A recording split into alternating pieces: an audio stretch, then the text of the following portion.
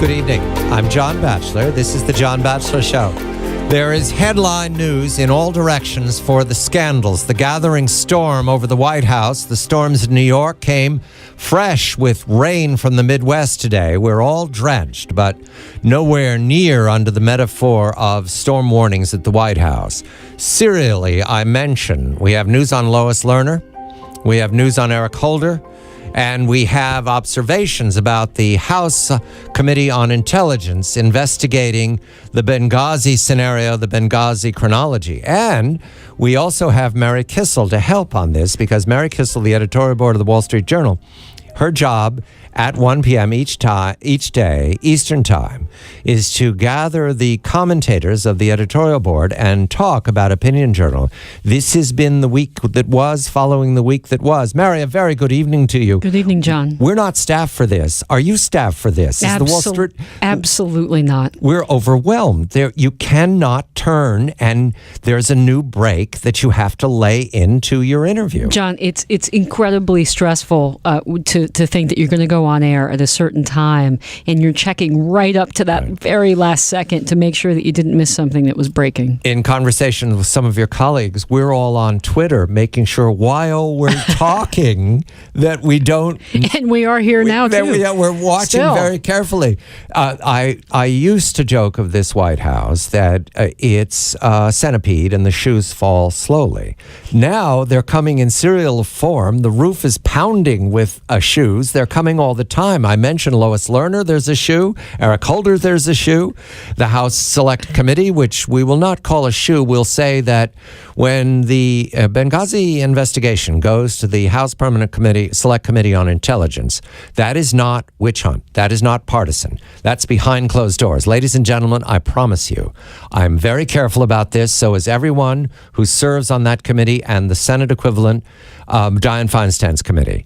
When there's an investigation in Benghazi in that committee, we will never get it. It's not supposed to be here, but it means that the government is very carefully now reviewing decisions that were made in Benghazi. We welcome Mona Charen of the National Review Online, because Mona's going to help us go through what we can say about the storm of scandals. Mona, a very good evening to you. I begin, of course, with Lois Lerner. How can I not?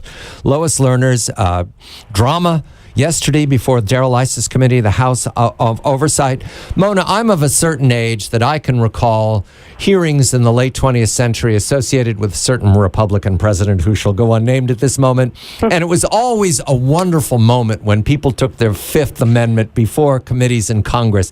Did you get that certain thrill of the Fifth when you saw Lois Lerner take the Fifth? Well, there was a certain feeling, reflecting on Obama that, Icarus falls to earth, with now his people going before committees of the Congress and invoking their Fifth Amendment rights. There is, by the way, there's a contradiction in her statement that when she said, I did nothing wrong, but she's invoking her Fifth Amendment right. The only reason to invoke a Fifth Amendment right is if you really have done something wrong and you're worried about criminal prosecution. The committee could give her... now it's gotten very tangled. Did she or did she not waive her rights by making that opening statement? And so there's going to be a big kerfluffle over that. But, some have suggested that the committee could give her use immunity, and nothing that she said in the committee could be used against her in a court of law. But nevertheless, the committee would get the information that, after all, it wants to get, which is really, it's not so much about prosecuting her from the committee's point of view. It's about finding out who ordered the people at the IRS to do what they did. Well, while that kerfuffle over the Fifth percolates, you have more and more information coming out. And National Review Online today, your institution, Mona, broke even more news about Lois Lerner, that she signed cover letters to 15 conservative organizations currently represented by an outfit called the American Center for Law and Justice. In other words, her name is on these letters harassing conservative groups. Is she taking the Fifth not just because she doesn't want to plead to Congress, but to plead to a criminal act? Well, it is quite possible that she has criminal liability. It depends on a couple things. Some of the things that are alleged to have been done and acknowledged to have been done by the IRS are crimes. Revealing the confidential tax information of organizations seeking tax-exempt status to third parties is flatly illegal and criminal. And so if she had any role in that, the release to ProPublica, yes, then that could be a criminal November offense. 15th, 2012, Kim Barker, ProPublica, received in the mail 31 applications for a 501c4 social welfare organization nonprofit status. 9 of them had not been approved, including American Crossroads associated with Karl Rove. Please continue, Mona. Yes. Now, one of the kind of amusing aspects of yesterday's drama in the committee was that you saw Democrats acting as outraged and as angry as Republicans about this targeting of conservative groups. And you might have scratched your head and thought, gee, this is a sudden attack of bipartisanship on the part of these Democrats who, normally in these hearings, each side goes after the other, if they're purely on a partisan basis. So one side will defend the witness and the other side will attack the witness, and that's how it usually goes. Not yesterday. Yesterday, everybody was piling on these IRS officials, and those that remained after Lois Lerner had taken her leave left the room. So my feeling is that the best way to understand this from the Democrats is that they are, of course, they're looking at the polls and they're seeing this as absolutely radioactive politically for the Obama administration and could be for Democrats in general if people put together the fact that Democratic senators, prominent Democratic senators, and some members of the House had been sending letters to the IRS back in 2010, 2011, urging the IRS to be very aggressive in going after these 501c4 organizations that, consistent with the Obama interpretation, were unfairly. He's the one who said that the Citizens United case was allowing all of these nefarious special interests to have a role in politics. That is, people that disagree with him, and so Democrats, I think, are really running scared that they will be blamed because there are these letters that are out there saying, go after them, the IRS. Mona, there's so many scandals. We've got to mention Eric Holder.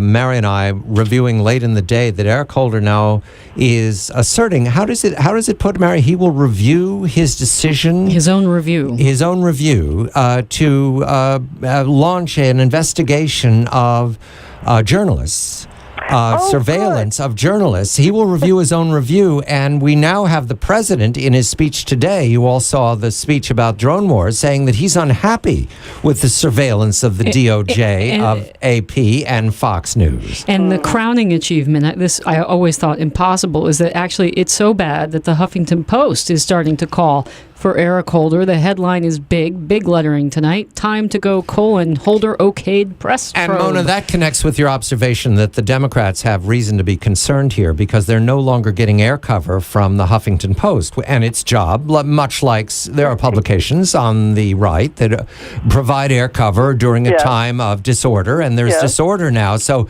Eric Holder is going to review Eric Holder.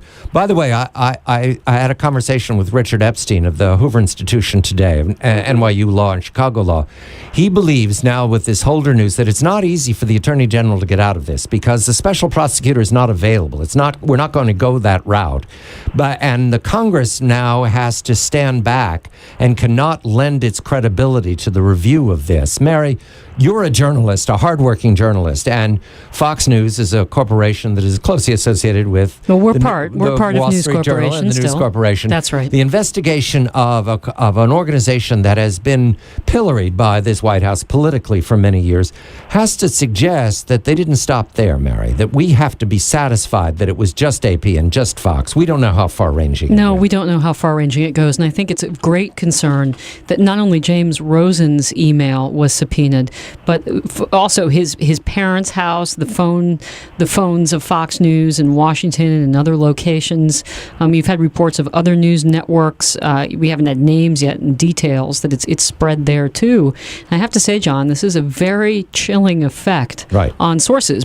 People who come to us for information. I've had several sources tell me, gosh, should we really be talking? Shouldn't we be passing notes next to the You've had that joke? Yeah, I said to one guy, maybe we should sit near the reflecting pool in Washington. Mona, have you heard that too? Because I've had that in terms of national security, the same story. Perhaps we shouldn't be talking. Absolutely. I think every single journalist in the Capitol and maybe around the world these days is now making jokes about, by the way, hi IRS if you're listening, hi Department of Justice, I mean, it's just, you can't avoid it. It's on everybody's mind, and, you can joke about it, but it is deadly, deadly serious and really chilling. Mona Charen of the National Review Online.